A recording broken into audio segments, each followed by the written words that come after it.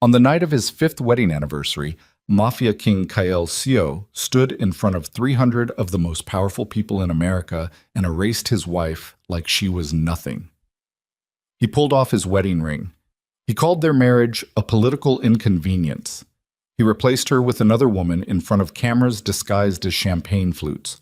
And the woman he humiliated, the quiet, plus-sized wife everyone in that city had laughed at for 5 straight years, didn't cry. She smiled. She took off her own ring, and she walked out into the cold without looking back. Nobody in that ballroom knew what she sent from her phone 40 seconds later. Stay with me to the end, hit that like button, and drop the name of your city in the comments so I can see how far this story has traveled. The Blackstone Hotel smelled like money that night. Old money, new money, blood money, all of it dressed up in the same cologne. Chandeliers the size of cars hung over the ballroom floor, throwing light onto marble that had been polished until it looked like black water. 312 guests, senators who owed favors, CEOs who owed worse, men with guns hidden under their tuxedo jackets standing so still against the walls they looked like part of the architecture. And somewhere in the middle of all that gold and noise, Maris Rowan sat at a round table near the back, in a dress the color of dust, watching her husband work the room like he was selling something. He just hadn't told her what yet. Maris had learned a long time ago how to disappear in a room full of people who were supposed to be looking at her. 5 years married to Sio had taught her that invisibility wasn't weakness, it was armor. She kept her shoulders soft, her face pleasant, her laugh quiet enough that it never drew attention away from him. That was the rule nobody ever wrote down, but everyone in Kael's world understood. The boss shines, the wife reflects. Tonight the rule was about to break in half. She watched him from across the room. This man she'd married in a courthouse 5 years ago before any of this. Before the empire. Before the bodies. Before the silence that grew between them like mold in a wall nobody bothered to check. He was beautiful in the way a blade is beautiful. Sharp-jawed, dark-eyed, built like something carved instead of born. He moved through the crowd, shaking hands, kissing cheeks, laughing the laugh he used for business. A little too loud, a little too fast, gone the second the next handshake started. She used to love that laugh. Now she just cataloged it, the way she cataloged everything. Old habit, useful habit. "You look like you're somewhere else," said a voice beside her. Lena, Maris's assistant, though that word didn't begin to cover what Lena actually was. Lena Cho had been with her for 4 years, ever since the operation in Macau that nobody talked about. Tonight she wore black, unremarkable, the kind of dress designed to make a person forgettable in a room. "I'm exactly where I'm supposed to be," Maris said. Her voice was soft, even, trained to be soft, even when her pulse wasn't. "He's been talking to her for 20 minutes. Maris didn't need to ask who. She'd already clocked Vivian Hart the moment the woman walked in. Tall, blonde, poured into red silk like it had been painted on her at a clinic somewhere in Geneva. Vivian ran logistics for 3 syndicates that weren't supposed to be talking to each other, and she had the kind of smile that made men forget that fact. Maris had a file on her 4 inches thick, knew her shoe size, her real birth date, the offshore account in the Caymans that didn't officially exist. Knew that Vivian had been quietly courting Kael's attention for the better part of a year through business meetings that ran later and later into the night. She'd known. She'd let it happen. Because for 5 years, Maris had been playing a long game that required her husband to believe she was exactly what she looked like. A soft, overlooked, unremarkable woman who baked too much and spoke too little and existed only as decoration on his arm. What she hadn't planned for was him deciding to throw the decoration in the trash in front of the entire Eastern Seaboard's criminal aristocracy. "Let it happen," Maris murmured to Lena. "Whatever it is, let it happen." Lena's jaw tightened. "You don't know what it is yet." "I know enough." Maris's eyes tracked Kael as he climbed onto the small stage at the front of the ballroom, microphone already in his hand, like a man who'd rehearsed this moment in a mirror. "Watch his hands. He's nervous." Kael's never nervous unless he thinks he's about to lose something. "Or about to take something," Lena said. Maris didn't answer. The band stopped playing. The room turned, 300 faces angling toward the stage like sunflowers finding the sun. And somewhere in her chest, something cold and very, very old woke up and started paying attention. Kael tapped the microphone twice. The sound cracked through the speakers like a gunshot, and the whole ballroom flinched, laughed nervously, settled. 5 years ago, he said, and his voice filled that enormous room without effort, I married a woman in a courthouse with nobody watching, no flowers, no cameras, just me, her, and a judge who looked like he wanted to go home. Laughter, warm, easy. He was good at this. He'd always been good at this, making people feel like they were in on something. Tonight, I wanted to do something different. Maris felt Lena's hand brush her wrist under the table. A question. Maris didn't move. The Castrum Syndicate has grown faster in the last 18 months than in the previous 10 years combined, Kael said, pacing the small stage now, microphone loose in his hand, easy, confident, a king surveying a court that adored him. We've expanded into 4 new territories. We've absorbed 2 families that used to be our enemies. We are, without question, the most powerful organization between Chicago and the coast. A pause, timed for applause, and it came, rolling through the room like a wave breaking on rock. But power requires representation. It requires someone who can stand in rooms I can't always stand in. Someone who understands logistics, finance, the language these new partners speak. Maris's stomach had gone very still. Very, very still, the way water goes still right before something breaks the surface of it. I want to introduce someone, Kael said, and turned and held out his hand toward the side of the stage. Vivian Hart walked out in red silk and 4-inch heels, smile already arranged, like she'd practiced this entrance in private a dozen times. She took Kael's hand. She turned to face the room, chin lifted, glowing under the lights, like she'd been built for exactly this moment. Vivian will be representing the Castrum Syndicate moving forward, Kael said. In all matters, financial, territorial, diplomatic. She has my full confidence. 300 people clapped. Maris watched their hands move, watched the polite shock ripple through tables full of men who understood exactly what this meant, and women who were already calculating how this changed the seating chart of power in this city. And then Kael did the thing that would end up on every front page that mattered by morning. He reached up and pulled the wedding ring off his own finger. The room went silent so fast it was almost violent, the kind of silence that has weight, that presses down on your ears. Maris watched her husband hold his wedding ring up under the chandelier light like he was showing off a piece of evidence. My marriage, Kael said, and his voice had dropped, gone flatter, more deliberate, has become a political inconvenience. The world we operate in now requires alliances my wife was never built for. I think it's time everyone in this room understands. The structure of this organization is changing, all of it. He set the ring down on the small table beside the podium. The click of metal on wood carried through the microphone, amplified, ugly, final. 300 faces turned toward Maris. This was the moment Kael had clearly imagined. His wife crumbling, crying, being escorted out by security while he stood victorious with his new queen. He'd built the whole scene for that reaction. Maris understood, watching his face from across the room, that he needed it. Needed the room to see her break so his new alliance would look stronger by comparison. She did not give him that. Maris stood. Smooth, slow, no hurry in it at all. Every conversation in that ballroom died at once. 300 sets of eyes swinging from the stage to the woman in the dust-colored dress standing alone at her table near the back. She felt the weight of all that attention land on her like snow. Cold, but not unbearable. She'd survived worse than being looked at. She reached up, unhurried, and slid her own wedding ring off her finger. She set it on the white tablecloth in front of her, careful, precise, the small gold band catching light from the chandelier above. Then she smiled. It wasn't a brave smile.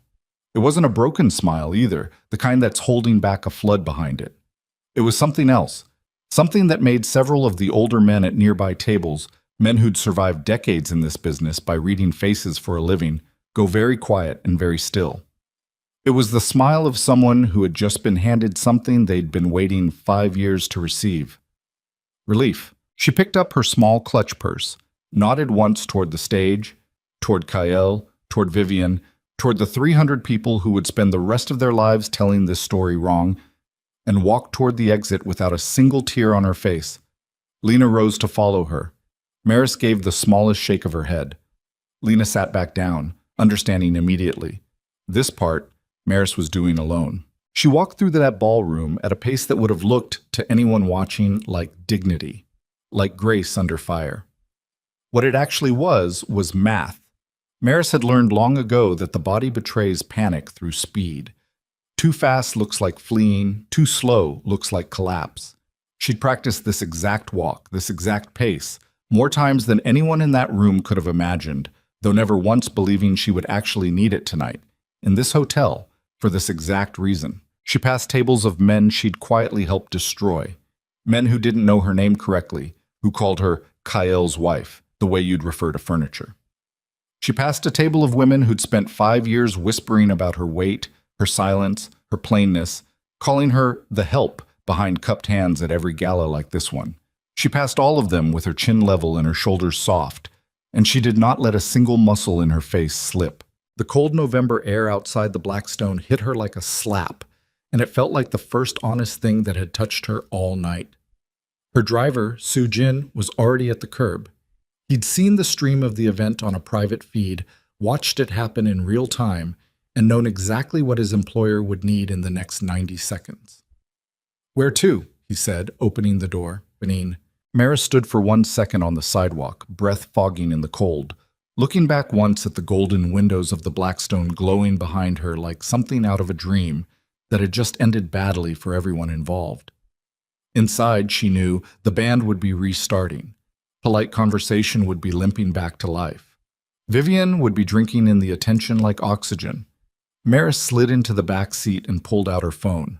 Her thumb moved over the screen with the calm efficiency of someone closing out a long day at the office. One message, one contact, listed only as a string of numbers with no name attached. The kind of number that didn't exist on any server that could be traced. The kind of number that, if anyone outside a very small circle of people ever learned what it connected to, would change how several governments slept at night. She typed 6 words. Operation Black Crown begins now. Send. She set the phone face down in her lap and looked out the window as the car pulled away from the curb, away from the Blackstone, away from 5 years of being underestimated by every single person in that building. "Home, ma'am?" Soo Jin asked, watching her in the rearview mirror with the careful neutrality of a man who'd worked for her long enough to know better than to ask questions that mattered. "No," Maris said quietly. "Take me to the Meridian building." Soo Jin's hands tightened slightly on the wheel. He knew exactly what was housed inside the Meridian building, knew what floor she meant, knew that nobody outside a list of perhaps 11 living human beings had any idea that floor existed at all. "Yes, ma'am," he said, and drove. Back inside the ballroom, Kael Seo stood under the chandeliers with Vivian's hand still wrapped around his arm, soaking in applause that had started to feel, in the 30 seconds since Maris walked out, slightly less solid than it had a minute earlier. He scanned the room as the noise settled, checking, the way he always checked, for the things that mattered more than the things people said out loud. He found his answer in the face of Dae-ho Min, his oldest captain, a man who'd been with Kael since before there was anything worth calling an empire. Dae-ho wasn't clapping. Dae-ho was watching the door Maris had just walked through with an expression Kael had only seen on his face twice before in 15 years of working together. Both times, right before something very bad happened to someone Dae-ho cared about. "Something wrong?" Kael asked him later, quietly, near the bar, after the speeches had ended and the party had resumed its careful pretense of normalcy. Dae-ho took a slow sip of his drink. "You ever wonder," he said, not looking at Kael, "why nobody's ever managed to successfully move against you in 5 years? Not once. Not the Albanians, not the cartel up north, not the federal task force that opened a file on you in year 2 and quietly closed it 8 months later for insufficient evidence." Kael frowned. "Good operations. Good people." "Sure," Dae-ho said. He finally turned and looked at Kael directly. "Or somebody's been protecting you this whole time, and you just put her in a car and sent her out into the cold." Kael laughed it off. Too loud, too fast, the business laugh, gone the second it left his mouth. But something in his chest had gone cold the moment Dae-ho said it, a small, ugly feeling he didn't have a name for yet. The kind of feeling a man gets in the dark right before he realizes the floor underneath him was never quite as solid as he thought. He looked toward the doors Maris had walked through an hour ago. They were just doors. Ordinary, gilded, hotel doors. He had no idea yet that he'd just watched the most powerful woman on the planet walk out of his life in a dust-colored dress, smiling.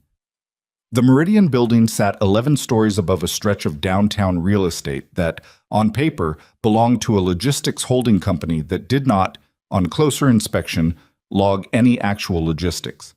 Maris had built that fiction piece by piece over 6 years, long before she'd ever met Kyle Seo, long before Chicago, long before any of it. The elevator required 3 separate forms of authentication to reach the top floor: a card, a fingerprint, and a retinal scan disguised as a standard security camera lens. Maris went through all 3 without breaking stride, the dust-colored dress catching the elevator's harsh fluorescent light in a way the chandeliers at the Blackstone never had. The doors opened onto a floor that did not exist on any blueprint filed with the city. Glass walls, server racks humming behind reinforced panels, a wall of monitors stretching the length of the room, each one tracking something different: shipping lanes in the South China Sea, currency fluctuations in 4 time zones, a live feed from a satellite that, officially, belonged to a weather research nonprofit registered in Luxembourg. A dozen analysts looked up as she walked in. Every one of them straightened immediately. Not out of fear, exactly. Out of the specific kind of respect that comes from working for someone whose judgment has never once, in your professional experience, been wrong. "Director," said a young man near the center console, half rising from his chair. "Sit down, Theo," Maris said, already moving toward the main terminal, already pulling the pins from her hair with one hand as she walked, shedding the soft, overlooked, decorative version of herself one motion at a time. By the time she reached the console, the dress was the only thing left of the woman who'd smiled and walked out of that ballroom an hour ago. Everything else about her had changed: the posture, the eyes, the stillness in her hands. "Talk to me," she said. Theo pulled up 3 screens at once. Black Crown's already moving. We activated the financial freeze sequence the second your message came through. 11 shell accounts tied to Castrum-adjacent shipping fronts are locked as of 4 minutes ago. Cargo manifests for 2 of his Pacific routes have been quietly flagged for customs irregularities that will take approximately 6 weeks to resolve through normal channels. "Good. Director," Theo hesitated, "are we sure about full deployment? This isn't a soft signal anymore. Black Crown at this scale. People will feel this. Governments will feel this." Maris looked at the wall of monitors, at the slow, beautiful, terrible machinery of an organization she had built from nothing across 6 years and 4 continents, finally being pointed at the one target she'd sworn she would never use it against. "I spent 5 years protecting a man who didn't know I existed," Maris said quietly. "I let people who couldn't find their own names without a search engine believe I was furniture.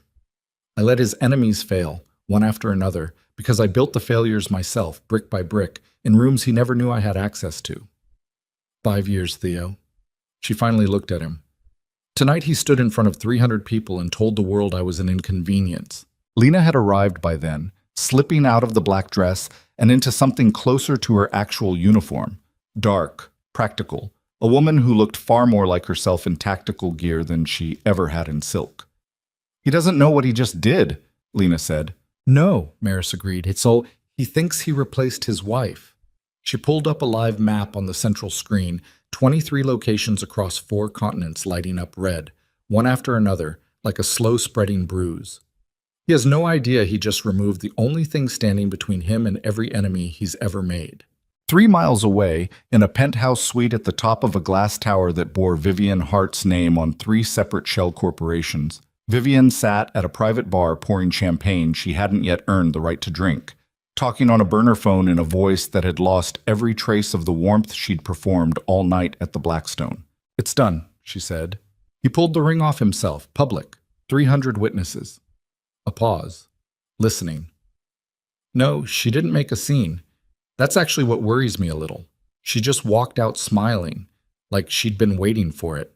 On the other end of the call, a man's voice, flat, careful, the voice of someone who'd built his entire career on never sounding excited about anything. Doesn't matter what she does now. She's nobody. A housewife with a closet full of bad dresses and no leverage. A pause. Focus on Seo. With her gone, his organization is exposed in exactly the places we need it exposed. The Albanians move on his northern routes within the week. The cartel's already been promised first access to his distribution once the structure cracks. Vivian smiled at her own reflection in the dark window glass, 31 stories above a city she was already mentally redrawing the map of. And once Castrum collapses, I walk away with the logistics network intact and nobody left who remembers my name was ever attached to the wreckage. That's the plan. It's a good plan, Vivian said, lifting her glass toward the glittering skyline. Almost a shame nobody bothered to find out who the wife actually was before they built it. She had no idea how right and how catastrophically wrong that sentence actually was. Kael got home near 2 in the morning to a penthouse that felt larger and colder than it had ever felt in 5 years of living there. He stood in the doorway for a long moment before he turned on a single light, illuminating a living room that still had Maris's reading glasses sitting on the side table, a half-finished crossword puzzle folded open beside them, a cardigan draped over the back of the couch where she always left it after watching television alone while he worked late, which had been most nights for longer than he wanted to admit. He told himself the silence in the apartment felt like victory. It didn't. He poured a drink he didn't really want and sat in the dark, replaying the night in his head. The applause, the announcement, Vivian's hand warm in his, and underneath all of it, quieter, the image he kept circling back to despite every effort not to. Maris standing up at that back table, slow and unhurried, removing her ring like she'd been given a gift instead of a wound, and smiling. He'd expected tears.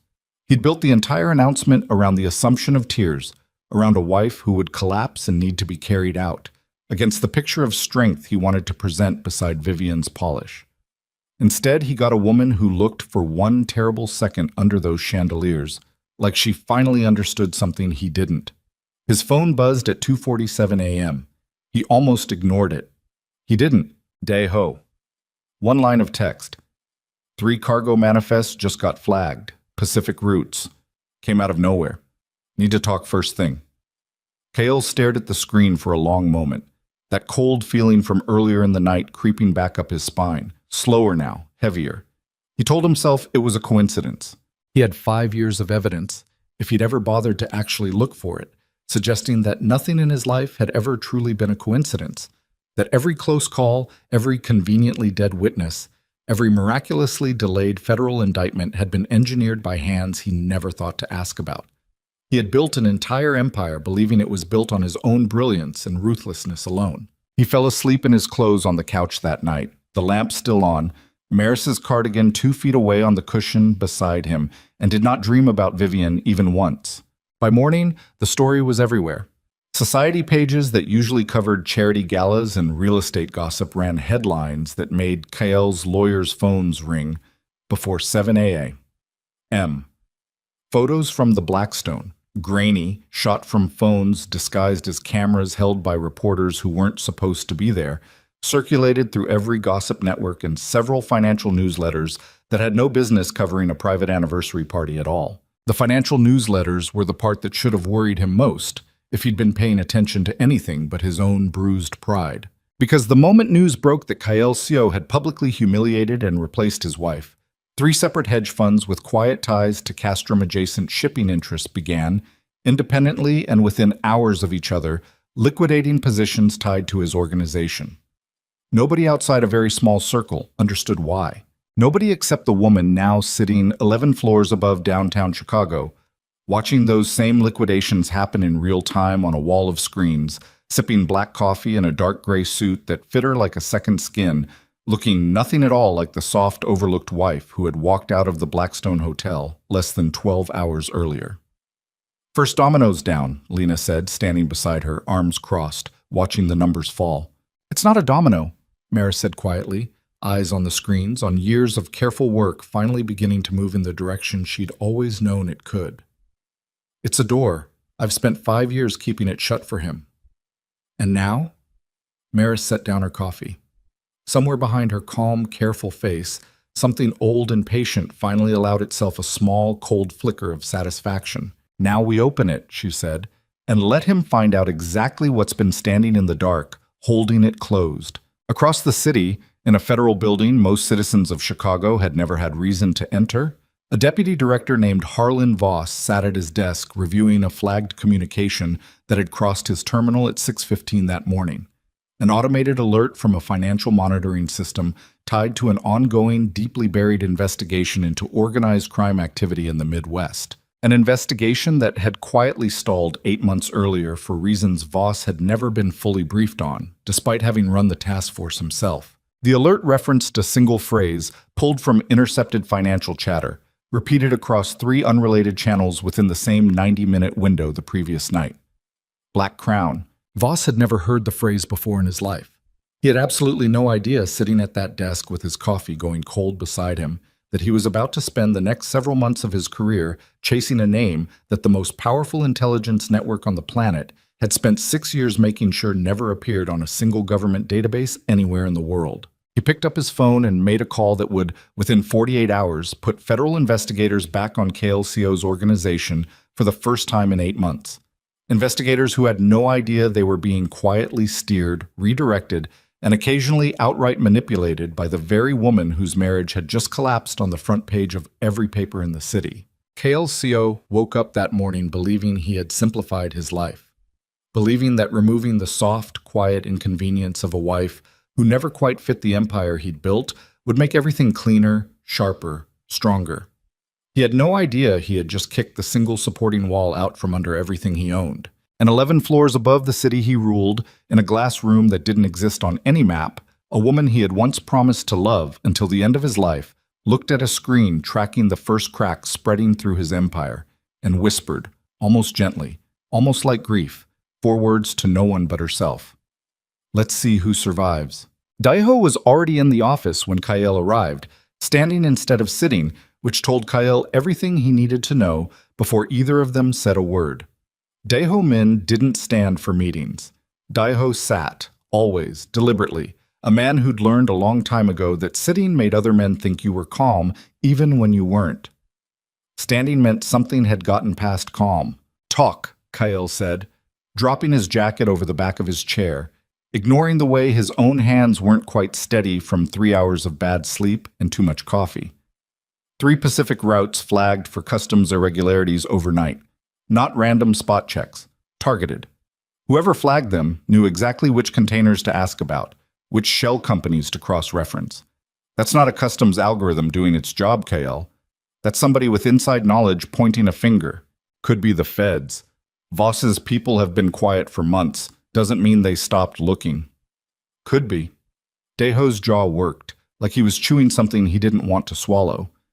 Except 3 hedge funds with money sitting in our shipping fronts pulled out before any of this hit the news.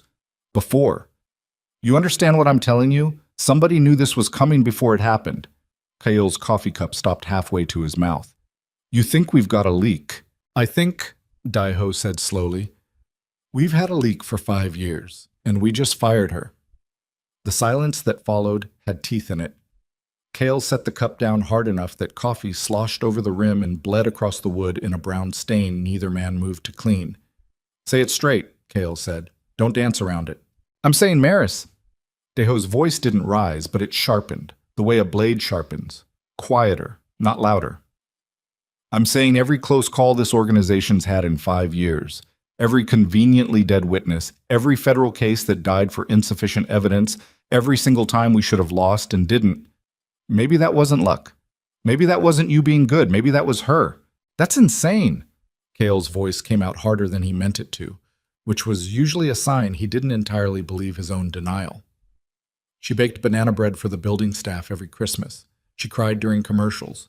She couldn't run a lemonade stand, let alone... You ever actually watch her do anything, Kael? Or did you just assume because she was quiet that quiet meant empty? Kael's hand slammed the desk before he decided to do it, the sound of it cracking through the office like something breaking loose. Watch your mouth. I've watched my mouth for 15 years, Daiho said, not flinching, not backing up an inch, which told Kael more about how serious this was than anything else could have. I'm done watching it now.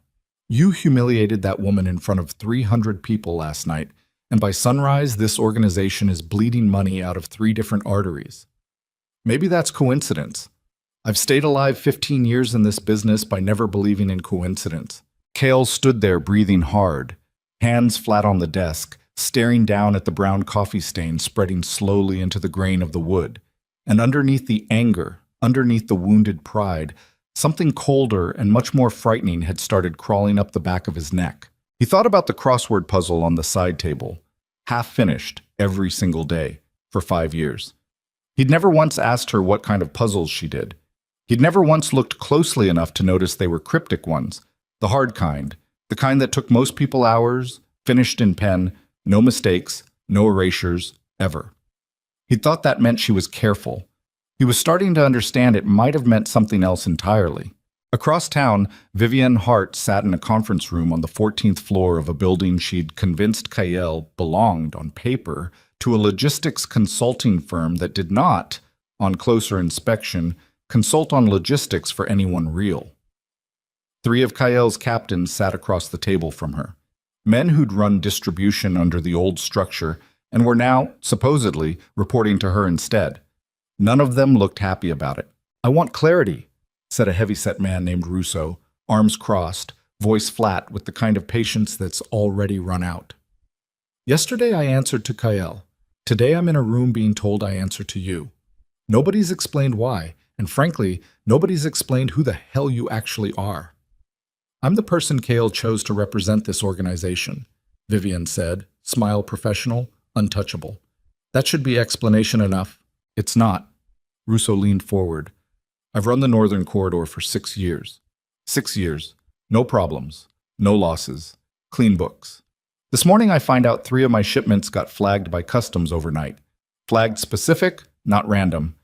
And I'm sitting across from a woman who showed up 4 months ago wearing red dresses and talking about expansion opportunities. You'll forgive me if I want a little more than your smile." Vivian's expression didn't crack, but something behind her eyes did the math fast. 3 flagged shipments. Overnight, the same morning, the wife walked out smiling. She filed it away to mention to her contact later, a small, cold worry she didn't yet have a name for. "The flags are a customs issue, nothing more. I've already got people looking into it."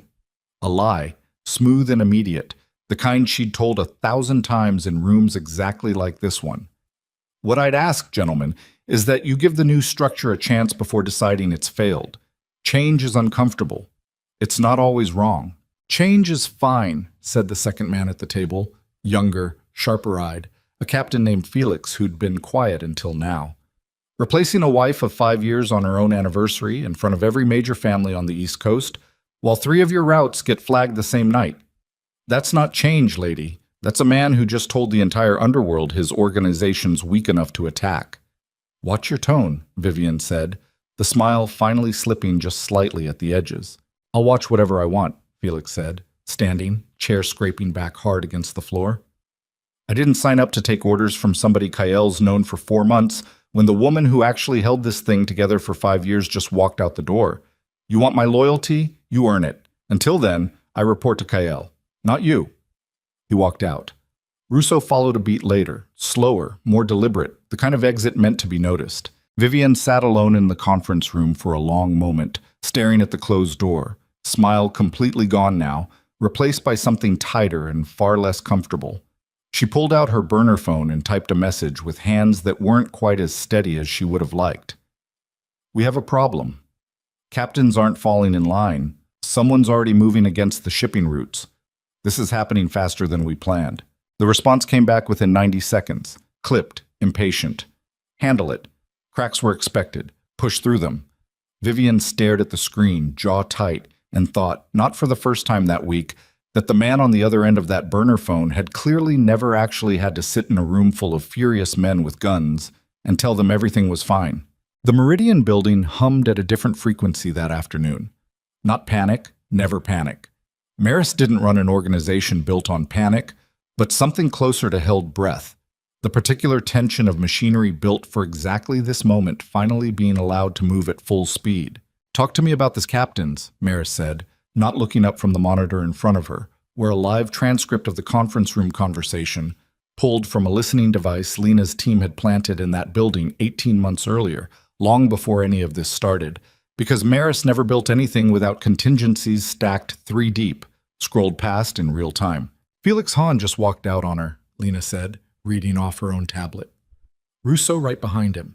That's 2 of Kael's 4 senior captains who just publicly refused to take orders from Vivian in front of witnesses."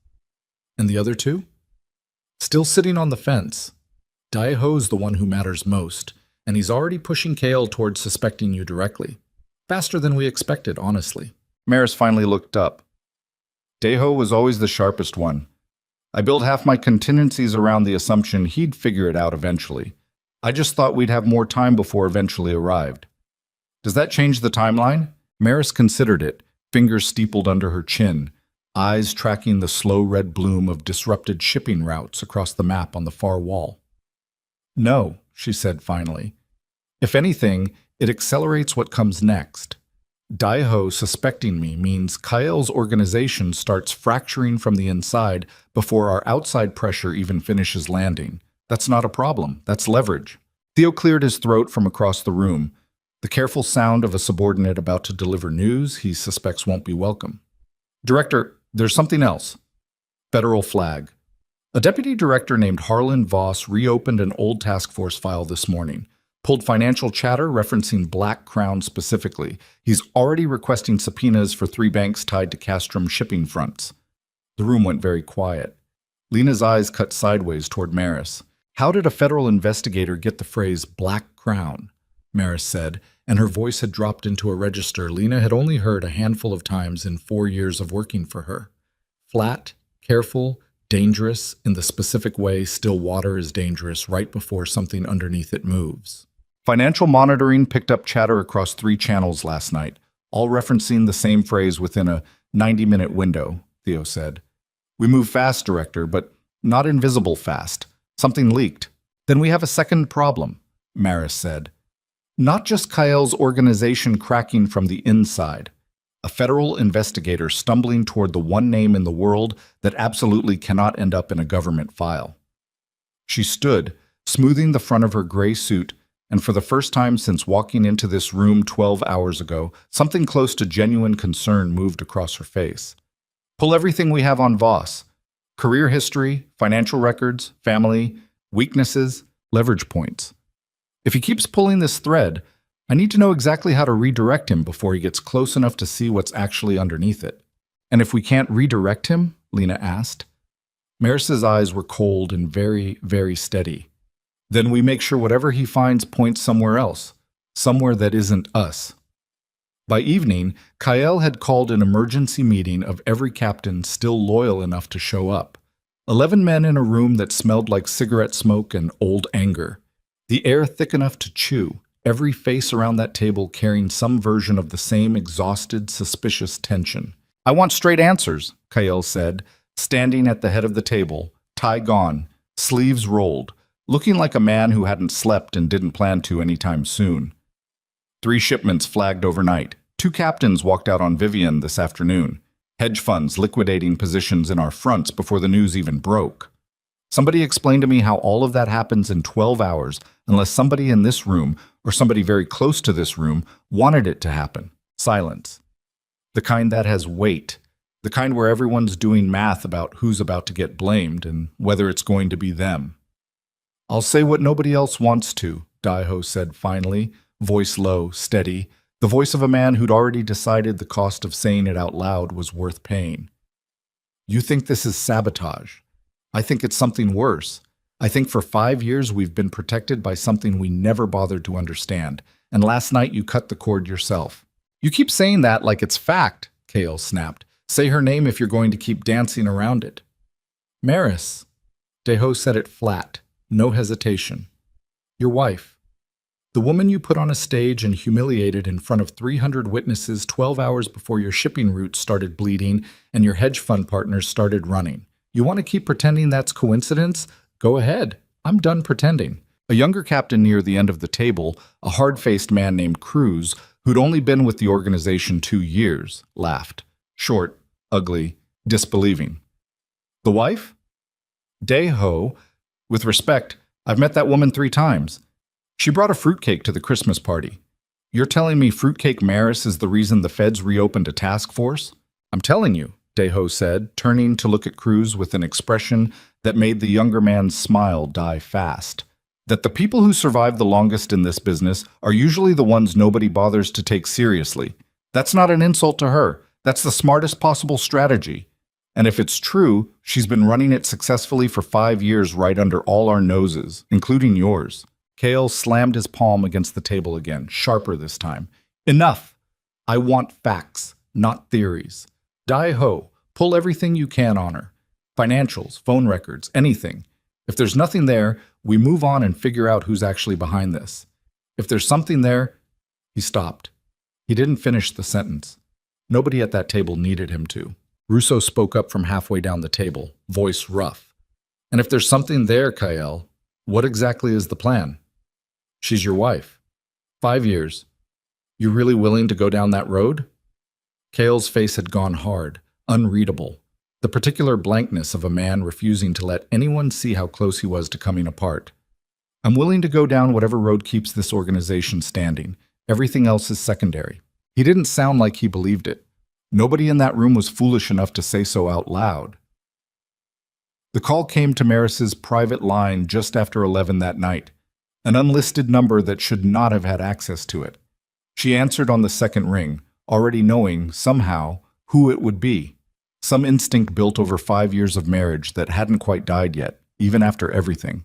Maris, Kale's voice, rough, tired, none of the polished confidence from the stage 24 hours earlier left in it at all. KL. Flat, even. She'd practiced this voice for years. Tonight it cost her more than usual to keep it that way. I need to ask you something, and I need you to be honest with me. A pause, the sound of him exhaling slowly on the other end, like a man gathering nerve for something he wasn't sure he wanted the answer to. Did you do something? With the shipping routes? With the hedge funds? Is this you? She let the silence sit for 3 full seconds before answering, long enough to be deliberate, short enough not to confirm anything by hesitation alone. You stood in front of 300 people and told the world I was an inconvenience, she said quietly. And less than a day later, you're calling to ask if I'm capable of destroying you.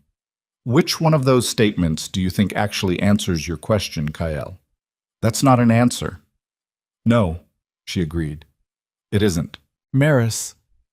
His voice cracked slightly, just once, just enough that 5 years of marriage rose up underneath the anger for half a second before he buried it again.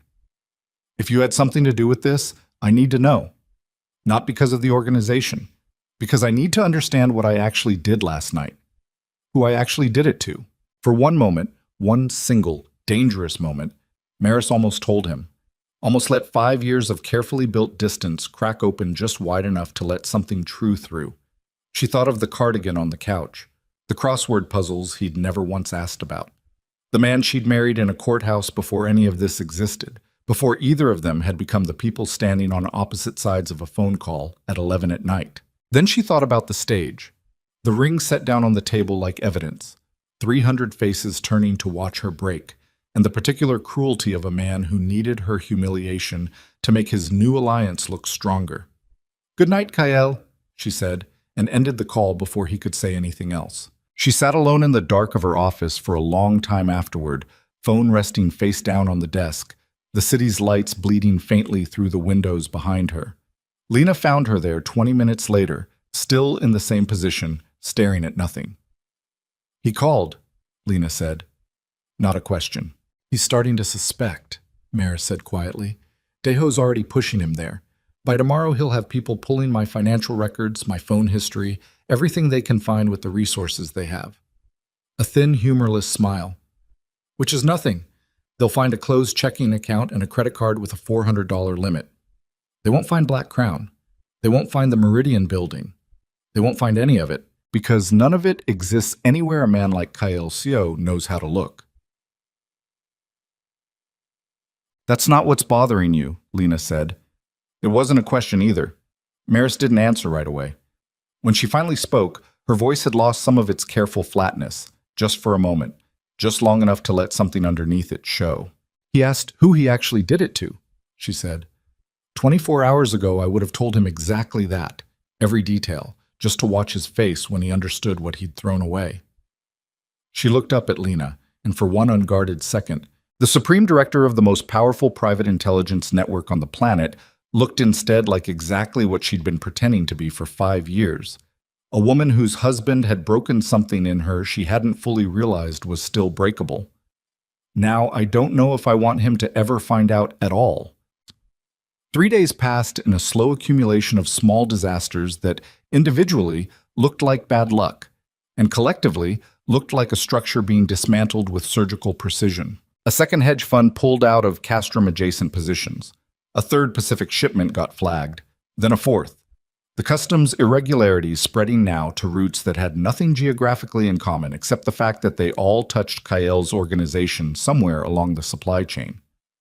Russo stopped answering Kael's calls entirely on the fourth day, and word came back through a mutual contact that he'd quietly opened informal talks with a rival family up north. Not betrayal exactly, not yet, just the careful positioning of a man preparing for the possibility that the ship he'd been on for 6 years was taking on water faster than its captain wanted to admit. Daeho's investigation into Maris's finances turned up exactly what Maris had predicted.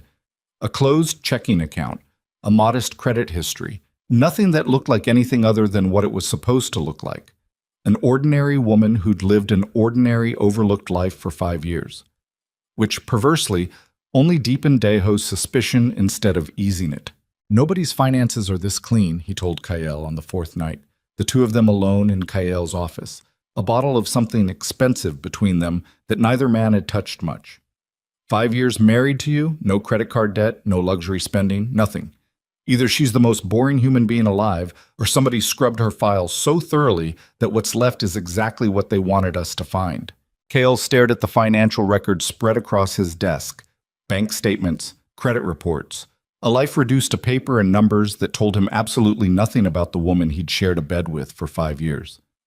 He thought about the crossword puzzles again. The cardigan.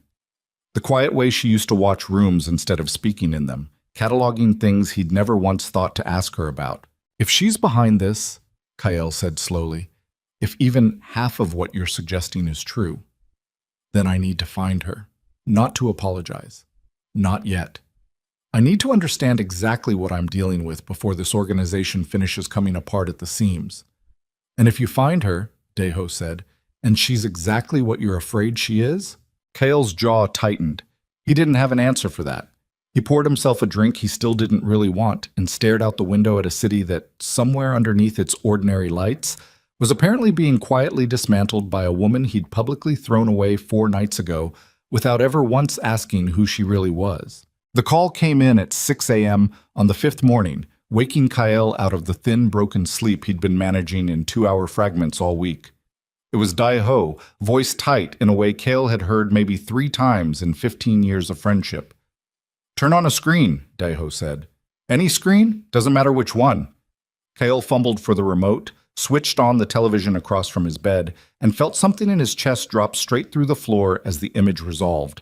A breaking financial news segment, anchor's voice clipped and urgent, a banner scrolling beneath her that read, Global Sovereign Security Summit, Geneva. Emergency session called following unprecedented market disruptions linked to Midwest criminal organizations. They're talking about us, Kael said, voice flat with disbelief. They're talking about Castrum on international news. Keep watching, Daeho said quietly. The anchor continued, and Kael's blood went cold as a new name appeared on screen, a name attached to a summit guest list that had apparently been quietly amended overnight. A name that meant absolutely nothing to 99% of the people watching that broadcast, and meant absolutely everything to the one man sitting frozen in his bed at 6 in the morning, staring at 4 words on a screen that were about to rewrite everything he thought he understood about his own marriage, his own empire, and his own life. Maris Rowan, confirmed attendee. Kael was on a plane to Geneva 4 hours later. No sleep, no plan, just the cold animal certainty that whatever waited for him on the other side of that flight would either confirm the worst thing he'd ever suspected about his marriage, or expose him as a paranoid fool in front of the one man whose respect he still needed. Daeho, sitting 3 rows back, jaw set, saying nothing the entire 8 hours across the Atlantic. Geneva in late November looked like something carved out of gray stone and colder gray sky, and the security around the summit venue made the Blackstone's private guards look like mall cops. Kael's invitation, purchased through favors, threats, and a 6-figure bribe routed through a Swiss attorney who specialized in exactly this kind of last-minute access. Got him as far as the outer perimeter and not one step further. Credentials, said the man at the checkpoint. A block of muscle in a gray suit with an earpiece and the kind of stillness that comes from actual training, not just gym hours. Kael handed over the documents. The man scanned them, frowned, scanned them again, then spoke quietly into his earpiece in French too fast for Kael to follow. There's an issue, the guard said. What issue? I paid for that credential personally. Your name isn't recognized at this access tier. You'll need to wait for verification. Deho stood beside him, watching the building in front of them. Titanium and glass, rising up out of the gray morning like something built to survive a war, and said quietly, Kael, look at the names on that screen. A digital directory board near the checkpoint listed delegation arrivals in scrolling text, country by country, organization by organization. Kael scanned it without really expecting to find anything, the way you scan a crowd at an airport without expecting to recognize a face. He found it on the third pass. Rowan. The Dominion Circle. Priority axis. Level 1. He stood there reading those 4 words so many times they stopped making sense as language, and started just existing as shapes, black text on a gray screen. A sentence that could not possibly be describing the woman who'd left her reading glasses on his side table for 5 straight years. That's a mistake, he said out loud, to nobody. That has to be a clerical mistake. Kael, Deho said, voice low, careful, the voice of a man watching a building collapse from a safe distance and trying to find words for it before the dust even settled. The Dominion Circle isn't a company, it's not a syndicate. I've heard that name exactly twice in 15 years, both times from men who immediately changed the subject and looked like they regretted bringing it up. It's not an organization you joke about. It's not an organization most people even believe is real.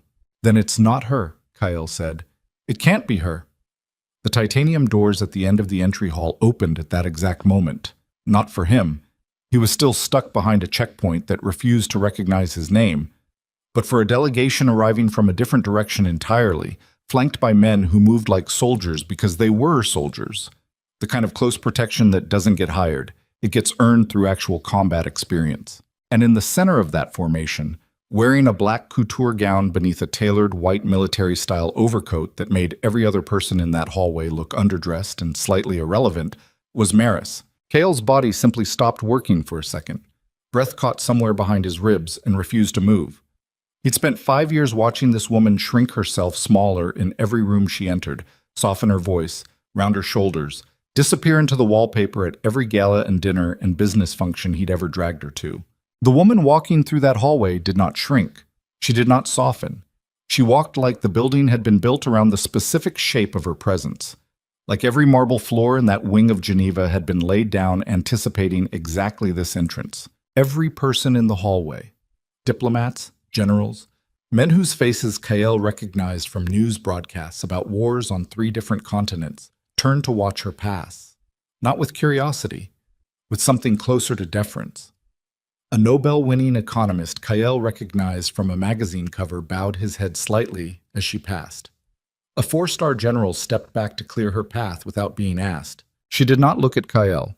He wasn't entirely sure she'd even registered that he was standing 40 feet away behind a security checkpoint, mouth open, the architecture of his entire understanding of his own life folding in on itself in real time.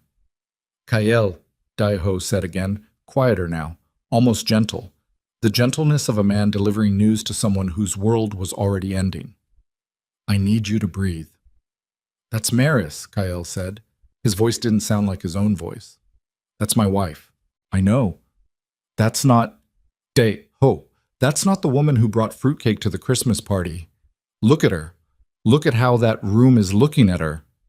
I know, Deho said again, because there was nothing else true left to say.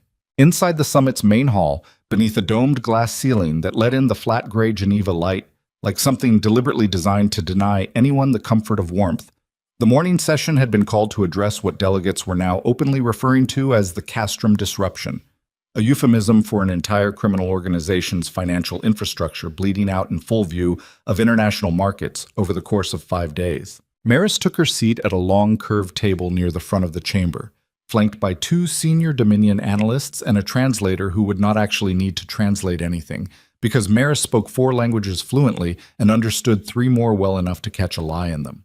A French intelligence director leaned toward her, voice low. "Director Rowan, we weren't certain you'd attend personally. Your network has historically preferred to remain invisible at these sessions." "This situation required a personal presence," Maris said, and something in her tone closed the subject entirely. A door shutting with no force behind it at all, simply the absolute certainty that it wasn't going to open again. The session chair, an aging German diplomat with a voice like gravel sliding down a hill, called the room to order. "We're here to address the rapid destabilization of organized financial networks across the American Midwest, with cascading effects now visible in shipping, banking, and private security sectors across 3 continents. Director Rowan, your organization flagged this disruption 5 days ago, ahead of every government intelligence service in this room. I think it would be useful for the committee to understand your assessment." Wolfsheim. Every head at that long table turned toward her. Kael, watching from a gallery seat he'd bribed and threatened his way into 20 minutes earlier, sitting 3 levels above the main floor behind reinforced glass that let him see everything and be heard by no one, felt his stomach drop through the floor of the building. "The disruption originated from a single decision," Maris said, voice carrying clearly through the chamber's careful acoustics, "made publicly 5 nights ago by the head of an organization that had, until that point, enjoyed 5 years of unusual and frankly improbable stability. That stability was not luck. It was managed, quietly, deliberately, and for reasons that are no longer relevant to this committee." A pause, brief, surgical. "The decision to remove that management has produced exactly the outcome any competent analyst would have predicted. Rapid exposure to threats the organization was never actually equipped to survive on its own." "And your organization's interest in this matter, Director Rowan?" the German chair asked. "The Dominion Circle does not typically concern itself with mid-tier organized crime in the American Midwest." Maris's expression did not change. Her hands, folded on the table in front of her, did not move. "My interest is my own," she said. "What this committee should be concerned with is containment. An organization the size of Castrum collapsing uncontrolled creates a vacuum, and vacuums in that part of the world get filled by groups considerably less stable than the one currently failing. I'd recommend close monitoring of the Albanian and cartel networks positioning to absorb the wreckage." Up in the gallery, Kael sat frozen, hands gripping the edge of the seat in front of him hard enough that his knuckles had gone white. Listening to his wife discuss the destruction of his life's work in the same clinical tone she used to discuss grocery lists, in front of generals and intelligence directors who hung on every word like she was the only adult in a room full of children. "Kael," Daeho's hand landed on his shoulder. "Kael, you need to sit back. People are starting to look at you." "She built this," Kael said, voice cracking, low, raw. "She built all of it. 5 years.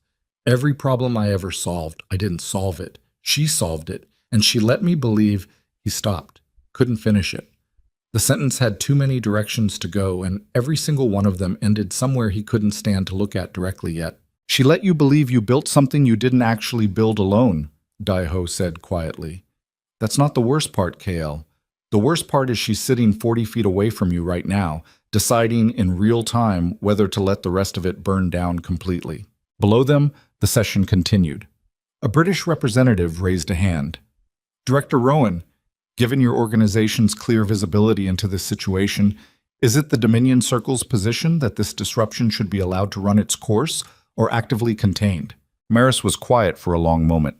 Kael watched her face, searching for some crack in it, some flicker of the woman he'd married in a courthouse 5 years ago with no flowers and no cameras, who'd cried during commercials and kept reading glasses on the side table. He didn't find it. What he found instead was something far more frightening. A woman who looked, for the first time in 5 years, completely and entirely herself. "That assessment is still developing," Maris said finally, and Kyle understood, watching her, that the answer to that question was sitting 40 feet above her in a gallery seat, and that he had absolutely no idea which way it was going to land. The session broke for a recess 20 minutes later. Kale didn't wait for security to escort him out of the gallery. He moved faster than he had in years, down 2 flights of stairs, through a service corridor he had no clearance for and didn't care, until he found himself in a private antechamber off the main hall, where Maris's security detail had positioned itself in a loose, professional perimeter around a closed door. A man the size of a doorway stepped in front of him before he'd covered half the distance. "Sir, this area is restricted." "Maris!" Kael's voice cracked through the hallway, raw, desperate, nothing left in it of the cold confidence he'd carried onto that ballroom stage 5 nights earlier. "Maris, I need to talk to you. Now." The door opened. Maris stood in the frame, still in the black gown and white overcoat, looking at her husband across 15 feet of marble floor with an expression that gave away absolutely nothing. Not anger, not satisfaction, not even surprise. "Let him through," she said quietly. The guard stepped aside. Kael walked into that antechamber like a man walking into deep water he didn't know how to swim in, and the door closed behind him, and for the first time in 5 days, he and his wife stood in the same room with no audience watching either of them perform anything. "Who are you?" Kael said. It wasn't an accusation. It came out smaller than that, almost a plea. "You already know who I am," Maris said. "You've known for 4 hours. You just haven't finished believing it yet." 5 years. His voice shook. 5 years, Maris. The crossword puzzles, the fruitcake, the cardigan. It's still sitting on my couch right now. I haven't moved it. I don't know why I haven't moved it." He pressed his palms against his eyes, breathing hard, the sound of a man trying to hold together something that had already finished breaking. Was any of it real? Any of it? Or was I an asset the whole time, a cover? Something moved behind Maris's eyes then, fast, gone before it fully arrived, but Kael caught the edge of it anyway. Pain, old and deep, and carefully buried under 5 years of discipline. "I married you in a courthouse with no cameras and no flowers, because I wanted, for once in my life, something that had nothing to do with what I actually am," she said, voice low, even, costing her more than it showed. "I built protections around your organization because I loved you, Kael, not because you were useful to me. You were never useful to me. I have resources that could have built 10 organizations larger than Castrum without lifting a finger for you specifically. I protected your empire because protecting it meant protecting you, and protecting you was the only thing in my entire life that didn't feel like strategy." "Then why?" Kael said, voice breaking fully now. "Why didn't you ever tell me?" "Because the moment you knew," Maris said, "you would have started treating me like a weapon instead of a wife. Every decision, every conversation, every night we sat on that couch together, it would have become about what I could do for you instead of who I was when I wasn't doing anything for anyone." Her voice finally cracked, just slightly, just once. "I wanted 5 years of being ordinary. You took that from me in front of 300 people because you decided I was inconvenient." Kael opened his mouth to respond, and that was the exact moment the door behind him burst open. One of Maris's security detail, breathing hard, face white. "Director, we have a situation. The Albanian delegation just received a confirmed financial transfer from an account linked to Vivian Hart, routed through 3 shell companies. It's a payment, Director. A payment to destabilize the remaining Castrum assets and accelerate the Albanian acquisition of the northern shipping corridor. It went out 40 minutes ago. And there's something else." He hesitated, glancing at Kael, then back to Maris. "The transfer was authorized using your encrypted access protocols, Director.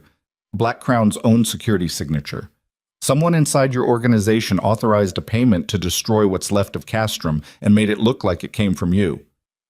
The room went silent in a way that had nothing to do with marble or acoustics. Maris's face, for the first time since Kael had known her.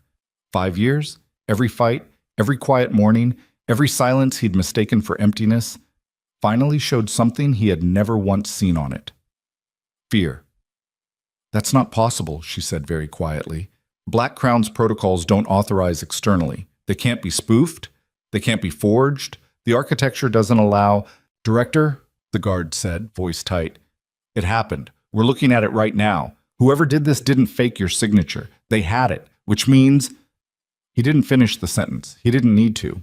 Lena's voice came through Maris's earpiece at that exact second, breathless, urgent, cutting across everything else in the room. "Director, you need to hear this directly. We just intercepted a call. It's Theo.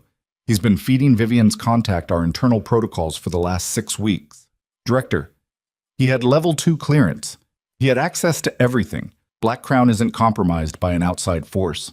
Maris's hand, steady through everything for 5 solid days, finally began to tremble. It's compromised from inside the circle itself, Lena said. And he's not finished. Director, he's already initiated a second authorization. It's targeting the Geneva Summit's financial security grid, right now, while you're standing in that building. Lock the building, Maris said, and her voice had gone somewhere past fear now, into the flat, cold place underneath it where decisions got made fast or not at all. Full perimeter lockdown, summit security included, nobody leaves, nobody enters, and somebody gets me a hard line to Theo's last known location in the next 30 seconds, or I want to know why not. The guard was already moving, already barking commands into his earpiece. Lena's voice cracked back through Maris's own piece, fractured by distance and adrenaline. Director, the second authorization is already executing. He's not trying to steal anything. He's trying to crash the entire grid. Summit security, building power, the financial monitoring systems, all of it, all at once. If it goes through, every diplomat and intelligence director in that hall goes dark and blind in a building they don't control. Kyle stood frozen by the door, watching his wife become someone he didn't have a name for yet, and understood with total, sickening clarity that whatever was happening in the next several minutes was not going to wait for him to catch up emotionally. Tell me what you need, he said. Maris looked at him. 5 years of marriage compressed into 1/2 second of eye contact, and something passed between them that wasn't forgiveness, wasn't trust, was something more practical and more urgent than either of those things. The recognition that they were standing in the same burning building now, whether either of them had chosen it or not. Stay alive, she said. That's all I need from you right now. She moved past him into the corridor at a pace that had nothing soft left in it at all. Overcoat snapping at her ankles, 2 guards falling into step on either side of her without being told. Kyle followed because staying behind in that antechamber felt like a kind of death he wasn't ready for. And Dai-Ho fell in beside him a beat later, having sprinted the length of the building the moment he'd heard the lockdown order broadcast. Talk to me, Dai-Ho said, breathing hard. What the hell is happening? Everything, Kyle said.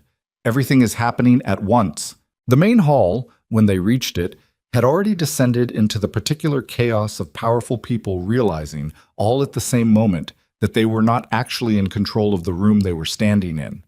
Lights flickered once, hard, the whole chamber going dark for 2 full seconds, before emergency power kicked the overheads back on at half their normal brightness, throwing everyone's faces into something closer to shadow than light. Diplomats were on their feet. Security teams from a dozen different countries had their hands moving toward weapons they were not technically permitted to carry inside the summit building, old training overriding new rules the instant the lights died. That's the grid going, Lena's voice said in Maris's ear, tight with strain. He's inside the building's own server room, sub-level 2. He must have planted physical access months ago. This isn't remote, Director. He's here, in Geneva. He's been here the whole time. Maris's jaw tightened. Of course he has. He'd need to be local to finish the job manually if the remote authorization got flagged. She was already moving toward a service stairwell at the side of the hall, guards forming a tight diamond around her. Kyle and Dai-Ho swept along in the wake of it, whether anyone had decided to invite them or not. Lena, I need eyes on sub-level 2 before we get there. I need to know what we're walking into. Working on it, Director. The cameras down there just went dark with everything else.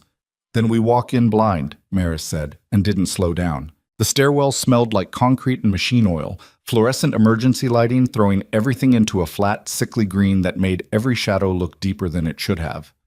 Maris's heels had been traded for the flat tactical boots one of her guards had handed her without being asked 30 seconds earlier. Kale hadn't even noticed the change happen, hadn't seen her stop moving for it, and understood in that small detail more about who she actually was than anything she'd said in that antechamber upstairs. 2 minutes out, the lead guard said, voice low, clipped. Sub-level 2 access point dead ahead, single door, no visual confirmation on hostiles. Theo's not a fighter, Maris said. He's an analyst. If he's down there alone, that's good. If he's not alone, Director. The guard's hand went up, fist closed, the universal signal for stop, and the whole formation froze mid-stride in the narrow concrete corridor. Ahead of them, the access door to sub-level 2 stood open, not forced, opened, deliberately, like an invitation. Kael's heart was slamming against his ribs, hard enough that he could feel it in his teeth. He had no weapon. He had no training for whatever this actually was. He had 15 years of running an empire built on fear and leverage, and the threat of violence he rarely needed to deliver personally, and none of that had prepared him for crouching in a concrete stairwell in Geneva, watching his wife's security team move like a single coordinated organism toward a door that smelled like an ambush. "Stay behind me," Maris said to him, quiet, not looking back. "Both of you, I mean it." "Maris, I'm not having this conversation right now, Kael." They moved through the door in formation, guards fanning low and fast into the server room beyond it. Rows of black racks humming with the last reserves of backup power, red emergency lights pulsing slow and rhythmic against the ceiling, the air thick with the ozone smell of machines working too hard for too long. And there, at the far end of the room, hunched over a terminal with 3 monitors glowing in front of him, stood Theo. He turned when the door opened. His face, lit from below by the terminal's glow, looked nothing like the careful, deferential young analyst Maris had built a 6-year working relationship with. It looked exhausted, hollow-eyed, the face of a man who'd already decided the cost of what he was doing and had stopped flinching from it days ago. "Director," he said, and didn't move away from the terminal. "I figured you'd get here eventually. I was hoping for a little more time. Step away from the console, Theo." Maris's voice carried the full weight of 6 years of authority behind it, the voice she'd used to direct operations across 4 continents, and for half a second Kael watched something in Theo's shoulders flinch toward obedience, pure conditioned reflex. Then Theo's hand moved back to the keyboard instead. "I can't do that, Director. Not yet. 3 more minutes and the grid's fully down. Summit security, building power, monitoring, everything. 3 minutes and a lot of very dangerous people lose visibility on each other in a building full of weapons. That's the whole point." "Why?" Maris said. Not a plea, a demand, flat and cold. "Because you stopped seeing me." Theo's voice cracked, finally, 6 weeks of held tension breaking loose all at once. 6 years, Director. 6 years I sat 11 floors above this city building the architecture that kept your husband's empire breathing, and you never once asked what I wanted out of any of it. You built an empire of ghosts. Me, Lena, everyone on that floor. People who don't exist on paper, who can't have names, who can't have lives. Because the second we matter as people, instead of assets, the whole structure gets exposed. I want it out. I asked for it 8 months ago, quietly, through channels, and you said no. You said the circle doesn't release people who know what we know. So I found someone who'd pay for what I know instead. "Vivian," Maris said. "Vivian's just a name on a contract," Theo said. "She doesn't even know who I really work for. I made sure of that. But yes, Vivian and the people behind Vivian, and a price that gets me a new identity, and a life that isn't built entirely around keeping you safe from a world that doesn't know you exist." His hands hovered over the keys. "I'm not trying to hurt you, Director. I'm trying to disappear. The grid coming down isn't about you. It's cover. Confusion long enough for me to walk out of this building and never be found again. And if it gets people killed in the process," Maris said, "the diplomats, the security teams, the 4-star generals standing in that hall right now with no idea their protection just went dark, then that's the cost," Theo said, and his voice shook saying it, which told Kael, watching from behind Maris's shoulder, that some part of this man still understood exactly how monstrous that sentence actually was. "I'm sorry. I am. But I'm not stopping." His fingers came down on the keyboard. What happened next took less than 4 seconds, though it would replay in Kael's memory for years afterward, at something closer to a quarter of that speed. Maris moving before any of her guards could react, crossing the 15 feet of concrete floor in a blur that didn't look like anything Kael had ever associated with the woman who used to fold laundry on their bed while watching late-night television. Her hand closed around Theo's wrist a half-second before his keystroke completed, twisting hard enough that Kael heard something pop wetly in the joint, Theo's scream cutting through the server room's mechanical hum as he went down to one knee, the keyboard skittering off the desk and clattering against the concrete. "Authorization terminated," Lena's voice said in Maris's ear, ragged with relief. "Director, you got it. The grid's stabilizing. We're getting cameras back across the building." Maris didn't let go of Theo's wrist. She crouched beside him, voice dropping to something low and almost gentle, which made it somehow more frightening than if she'd been shouting. You should have come to me directly, Theo. Whatever you needed. A new name, a new country, enough money to disappear properly. I would have given you all of it rather than this. She looked at his face, at the pain twisting through it, at 6 years of trust collapsing into a server room floor between them. Instead, you decided I was the kind of person who'd let you die in a building full of armed strangers to prove a point. You already are that person, Theo said through his teeth, tears mixing with the sweat on his face. You just never had to prove it before. Behind them, one of the guards' radios crackled, urgent, layered with gunfire static that made every person in that server room go still. Director, we have a situation upstairs. Multiple hostiles breached the south entrance during the grid outage. Armed, organized, moving fast. This isn't Summit security. This is an outside force, and Director... The voice on the radio cracked with something close to disbelief. They're headed toward the main hall, toward the delegation tables, toward your seat. Maris's head came up fast. Every trace of the gentleness from 30 seconds earlier gone, burned away instantly by something far colder. Whoever paid Theo didn't just want the grid down for an escape, she said. They wanted it down to create a window to finish what the financial sabotage started. She stood, hauling Theo up by the collar with a strength that made Dae-Ho's eyebrows lift involuntarily, and shoved him toward two of her guards. Hold him. We deal with him after. Lena, get me a casualty count on that breach now. I'll try to see some. Working on it, Director, but it's chaos up there. Half the cameras are still rebooting. Kale grabbed Maris's arm before she could move toward the door, his grip hard, desperate. Whoever's up there, if they're moving on the delegation tables, they're moving on you specifically. You just told an entire international security committee that your organization's been managing my collapse. That makes you a target now. That makes you the target. I know what it makes me, Maris said. Then let me go first.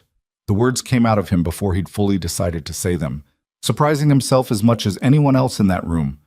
And for 1 second, something in Maris's face cracked open wide enough that Kael saw, underneath 6 years of careful armor, the woman who used to fall asleep against his shoulder during movies she pretended not to like. You don't even have a weapon, she said. Then give me one.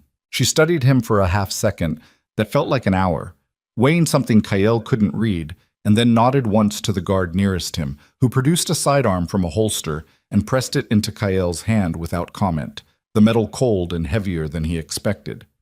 You shoot when I tell you to shoot, Maris said. Not before. This isn't your world, Kael. You'll get yourself killed trying to prove something nobody's asking you to prove. I've spent 5 years building a reputation on violence I barely had to use myself, Kael said, checking the weapon's safety with hands that shook only slightly. Maybe it's time I actually earned some of it.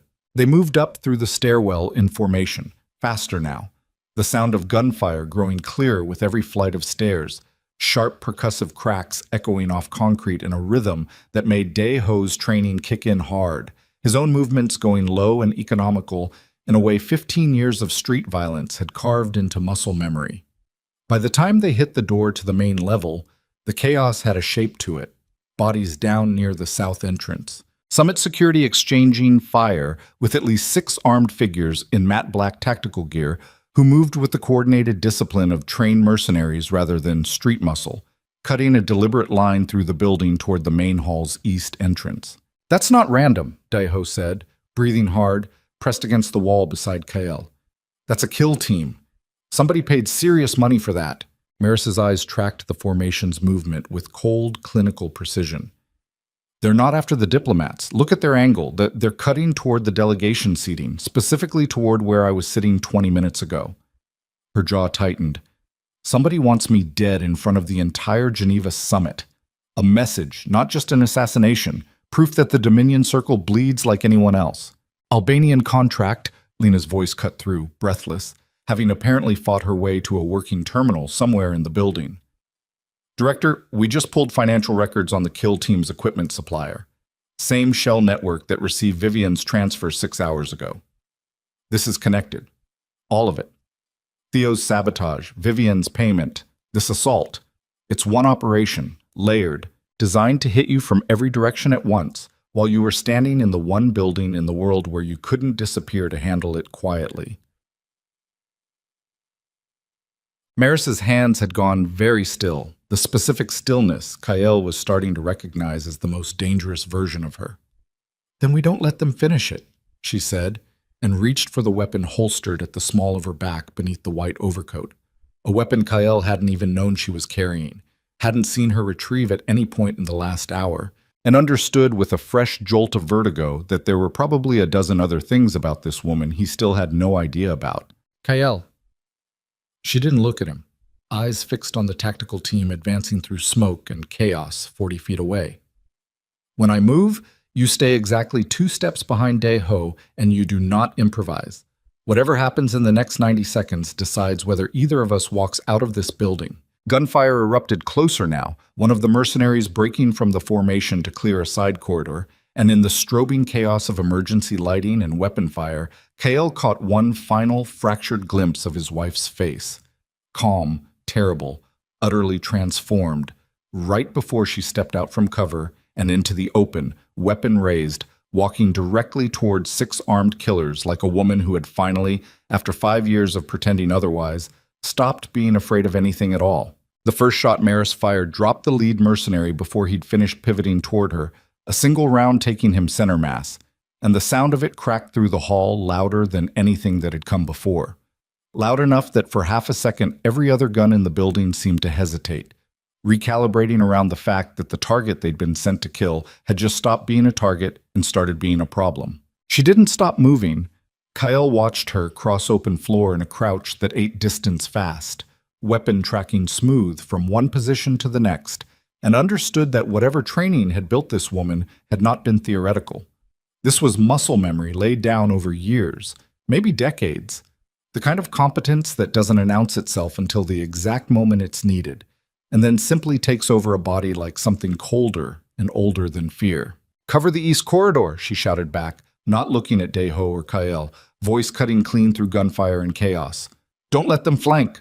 Dae-ho moved without hesitation, 15 years of street instincts snapping into place, dragging Kael down behind an overturned delegation table that was already taking fire.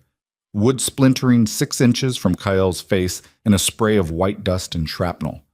Kael's hands were shaking so badly he nearly dropped the weapon Maris's guard had given him, his heart slamming so hard against his ribs it felt like something trying to escape his body entirely. "Breathe!" Dae-ho barked at him, reloading with hands that weren't shaking at all. "You freeze, you die. Simple as that." "I've never—" Kael's voice cracked. "I've never actually shot anyone, Dae-ho. 15 years running this organization, and I've never once—" "Then today's a hell of a day to start." Dae-ho popped up over the table edge, fired twice, dropped back down. 2 down on the east side. Your wife just put a 3rd one through a support column. You want to keep being useless, or you want to help me keep her alive?" Something in Kael's chest finally broke loose. Not courage, exactly. Something rougher and less noble than that. Something closer to 5 days of humiliation and fear and disbelief finally curdling into motion. He came up over the table edge beside Dae-ho, found a shape in matte black tactical gear 40 feet away, raising a rifle toward the spot where Maris had just taken cover behind a fallen pillar, and fired without letting himself think about it. He missed. The recoil nearly took the weapon out of his hand entirely, but the round cracked close enough past the mercenary's head that the man flinched, dropped his angle, and that half-second of hesitation was all Maris needed to put him down from her own position with brutal, economical precision. "Reload," Dae-ho said. "You're not CO's golden boy in here. You're a body with a gun. Act like it." The remaining 2 mercenaries broke formation, realizing somewhere in the last 30 seconds that this had stopped being an ambush and started being a fight. They weren't winning. One bolted for the south exit. The other made the mistake of turning his weapon toward Maris's exposed flank as she moved between cover positions, and Kael, without deciding to, without any conscious thought at all running through whatever was left of his mind in that moment, stood fully upright into the open and put 2 rounds into the man's chest before the mercenary's finger ever found the trigger. The body went down.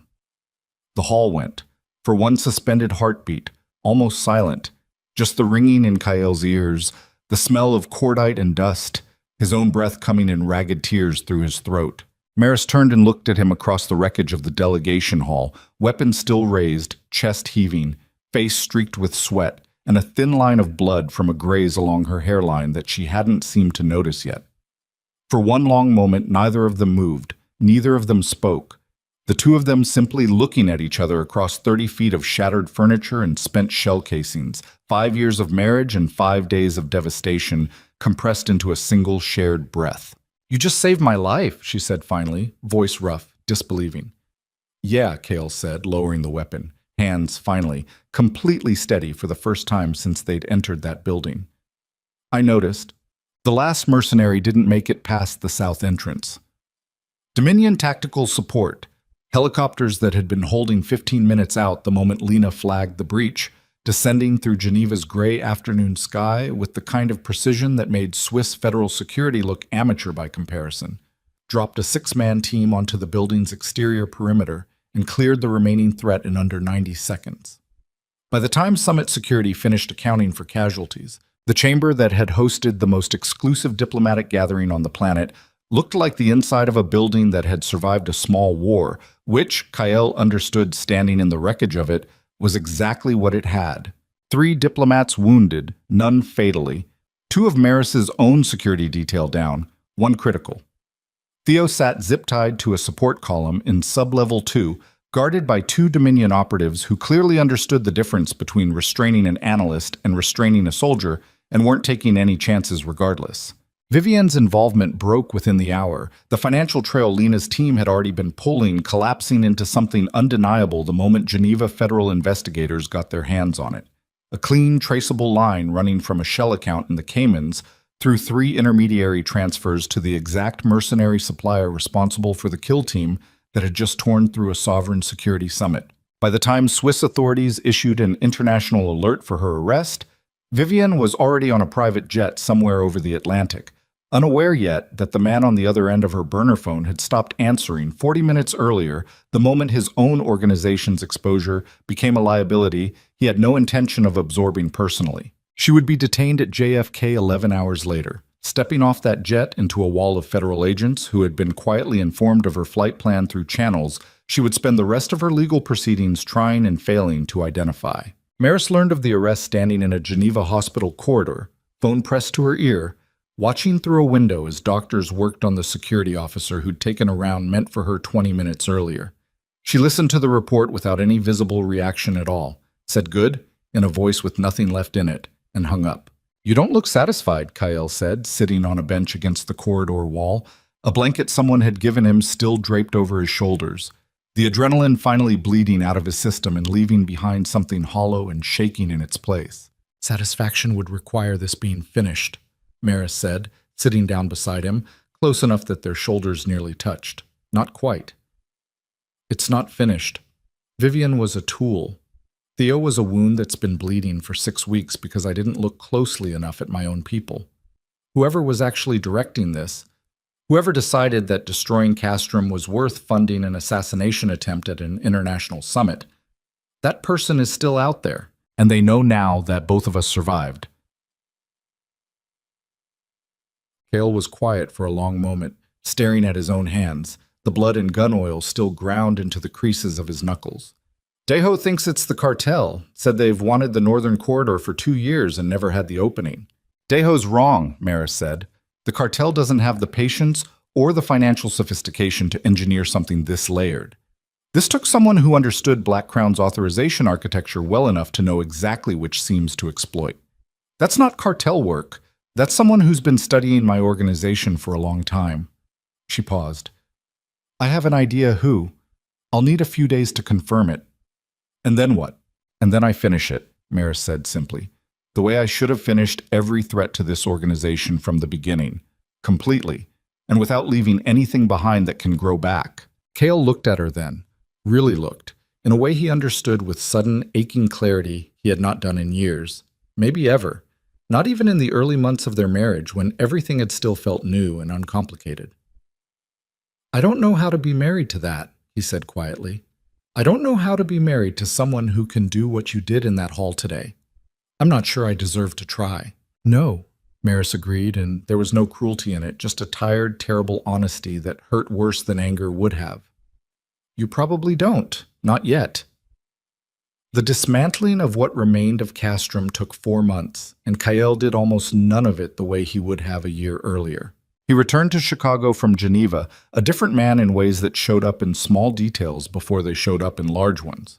He stopped raising his voice in meetings, started actually listening to captains instead of waiting for them to finish talking so he could respond, fired crews within the first week back for the casual cruelty in his fruitcake Maris comment, not out of loyalty to his wife, but out of a genuine, uncomfortable recognition of how badly he'd underestimated her for the same reasons. Federal investigators, led by a deputy director named Harlan Voss, who had spent 4 months chasing a phrase he still didn't fully understand, arrived at a settlement neither side ever discussed publicly: testimony in exchange for narrowed scope, names traded for silence, the particular quiet negotiation that happens when an organization decides cooperating is more survivable than fighting. Voss closed his investigation with convictions against 11 mid-level operators, a sealed file on something labeled Black Crown that he was specifically instructed never to reopen, and a private, nagging suspicion for the rest of his career that he had been allowed to win exactly as much as someone far more powerful than him had decided he should win, and not 1 inch further. Russo and Felix came back. Deho never left, though something in his loyalty had shifted permanently, less to Kael the man, more to whatever version of Kael had stood up over that delegation table in Geneva and put 2 rounds into a mercenary's chest to save a woman he'd publicly humiliated 5 days earlier. Vivienne pleaded out eventually, 18 months and a continent away from this story's resolution, trading testimony against her financial backers for a sentence that still kept her out of public life for the better part of a decade. The man who'd directed her, a rival intelligence broker Maris had indeed identified within the few days she'd promised, a man with old grievances against the Dominion Circle dating back nearly a decade to an operation that had cost him an entire network, disappeared from public record entirely 4 months after Geneva, in a manner that nobody in any government agency on either side of the Atlantic was ever able to fully reconstruct, and that Maris never discussed with anyone outside the 11 floors of the Meridian building. Castrum itself didn't survive, not in the form it had existed in for a decade. What emerged from its wreckage, slowly, painfully, over those 4 months, was something Kael barely recognized as belonging to the same world he'd built his entire adult identity around. A logistics and private security consortium with actual licensing, actual oversight, actual board meetings where decisions got made by vote instead of by fear. He gave up more control in those 4 months than he'd given up in the previous decade combined, and found, to his own genuine surprise, that the organization ran more efficiently without him gripping every decision like a man afraid the whole thing would collapse the second he loosened his hand. "You're letting it become something legitimate," Deho said to him one evening, the two of them standing in an office that used to feel like the command center of an empire, and now felt, increasingly, like the headquarters of a mid-sized shipping company. "I'm letting it become something that doesn't require my wife to spend the rest of her life quietly cleaning up after it," Kael said. "Turns out that's a better use of both our time." Maris dismantled the Dominion Circle's covert apparatus more slowly, and with far more resistance, both internal and from a small handful of governments who had quietly relied on the Circle's invisible leverage for longer than any of them wanted publicly acknowledged. "You built something that protects people who can't protect themselves," Lena told her, the two of them standing in the Meridian building's main floor on what would turn out to be one of its final nights of operation in that configuration. Half the server racks already dark, analysts who'd worked there for years quietly being transitioned into legitimate intelligence consultancy roles that existed for the first time on paper anyone could find. "You're not wrong to be proud of that. You don't have to burn down everything you built just because Theo broke something in it." "I'm not burning it down because of Theo," Maris said, watching the last of the active monitors cycle through a shutdown sequence she'd written herself 6 years ago and never expected to actually need. "I'm burning it down because I spent 6 years believing that the only way to protect anything was to do it from the dark, where nobody could see what it cost. Theo wasn't a traitor because he was weak. He was a person I turned into a ghost and then acted surprised when being a ghost broke something in him." She looked at Lena. "I don't want to do that to anyone else, including myself." "What happens to him, Theo?" A long sentence, somewhere quiet, under a name that isn't his real one, with actual legal representation and an actual trial instead of whatever the circle would have done to him 5 years ago. Maris's voice didn't soften saying it, but something in it settled, the particular weight of a decision that costs something and gets made anyway. It's not mercy. It's just no longer being the kind of organization that disappears its own people when they become inconvenient.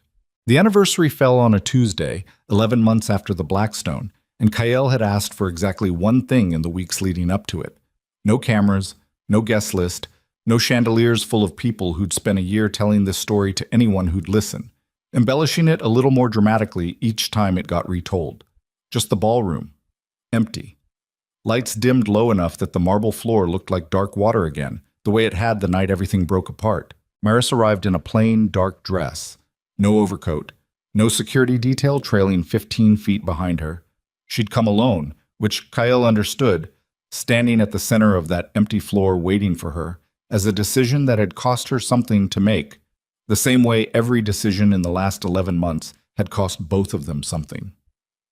"You didn't have to do this," she said, stopping a few feet away, her voice quieter in that empty room than it had ever sounded across a crowded one. "I wanted to." Kael's hands were in his pockets, and for the first time in longer than he could remember, he didn't feel the need to fill the silence with anything performative, anything built for an audience that wasn't there. "I've spent 11 months trying to figure out how to say something that doesn't sound like an excuse. I don't think I've found it. I don't think it exists." "Then don't say it like an excuse," Maris said. "Just say it." Kael was quiet for a moment, looking at the empty chandeliers above them, at the spot near the back of the room where she'd once sat at a round table and watched him work a crowd like he was selling something he hadn't yet decided he was ashamed of. "I built my whole life believing strength meant never needing anyone," he said finally. "I made you small for 5 years because making you small made me feel bigger. And the night I needed to prove that the most, in front of every person whose respect I thought mattered, I did it by destroying the one person who'd actually been making me stronger the entire time, without me ever once asking how." He took a slow breath, the kind that costs something to take. "I'm not asking you to forgive that. I don't think it's the kind of thing that gets forgiven in one conversation, in 1 year, maybe ever completely. I'm asking if there's room for me to spend the rest of however long you'll let me, trying to actually earn the kind of partner I should have been from the start. Not the Empire, not Castrum, just that." Maris looked at him for a long, long moment, the kind of silence that had filled 5 years of their marriage with things neither of them had said out loud. Except this silence felt different, weighted differently, less like absence and more like two people finally standing still enough to actually see each other. "I spent 6 years building an organization powerful enough to protect anything except the one thing I actually wanted protected," she said quietly. "My own life. The version of myself that gets to be ordinary sometimes. I let that get taken from me on a stage in front of 300 people, and the worst part isn't that you did it. The worst part is some piece of me had been braced for it the entire 5 years, like I never actually believed I deserved to keep something that simple." She reached into the pocket of her dress and withdrew a small box, plain, unremarkable, nothing like the velvet box Kael had pulled a diamond from in a different lifetime, in a different version of this same room. "This isn't the ring from that night," she said, opening it to reveal a simple gold band, unadorned, nothing about it designed to be looked at by anyone but the two people in this room. "I had it made after Geneva, not as a replacement, as something that means something different." She looked up at him. "Not ownership. Not a performance for a room full of people who don't actually know either of us. Just a promise. Between two people who finally know exactly what they're choosing, with nothing hidden behind it anymore." Kael's hands were not steady taking the box from her, the same hands that had held a weapon level in a Geneva hall and put 2 rounds into a man's chest without hesitation, shaking now over something so much smaller and so much heavier than that had ever been. He knelt. Not the way he had once imagined kneeling in this room, not as a king accepting tribute, not as a performance for cameras disguised as champagne flutes. He knelt the way a man kneels when he has finally run out of every other way to say something true, and slid the simple gold band onto her finger with hands that trembled the entire time, and looked up at her face in the dim light of an empty ballroom that had once held 300 witnesses to his worst moment and now held exactly 2 people choosing, deliberately, to begin again. I see you, he said. All of it. I should have looked 5 years ago. I'm looking now. Maris's composure, the same composure that had walked her out of this exact room 11 months earlier without a single tear, that had held steady through Geneva's gunfire and Theo's betrayal and 6 years of carrying a secret too large for any one person to carry alone, finally broke, quietly, just for the two of them. No audience left to perform strength for, and no need left to. Get up, she said, voice rough, pulling him up by the front of his jacket with both hands. Before I change my mind. He stood. She kissed him in the dim light of that empty ballroom, and somewhere far above them the chandeliers hung dark and silent, no longer the centerpiece of anyone's performance, just glass and metal in an empty room where two people had finally stopped pretending to be anything other than exactly what they were. Outside the Blackstone Hotel that night, the city of Chicago carried on the way cities do, entirely unaware that the most powerful woman on the planet had just chosen, quietly and without witnesses, to be nothing more than someone's wife for one evening. Not because she had to hide what she was, but because for the first time in 6 years, she finally wanted to. And somewhere above the dark water of that marble floor, beneath chandeliers that had once illuminated her worst night and now lit nothing but two people standing very still together, Maris Rowan understood, fully and for the last time, that the strongest thing she had ever built was never the Dominion Circle, never Black Crown, never any network of satellites or shipping lanes or quiet, invisible leverage spanning 4 continents. It was this. It had always simply been this.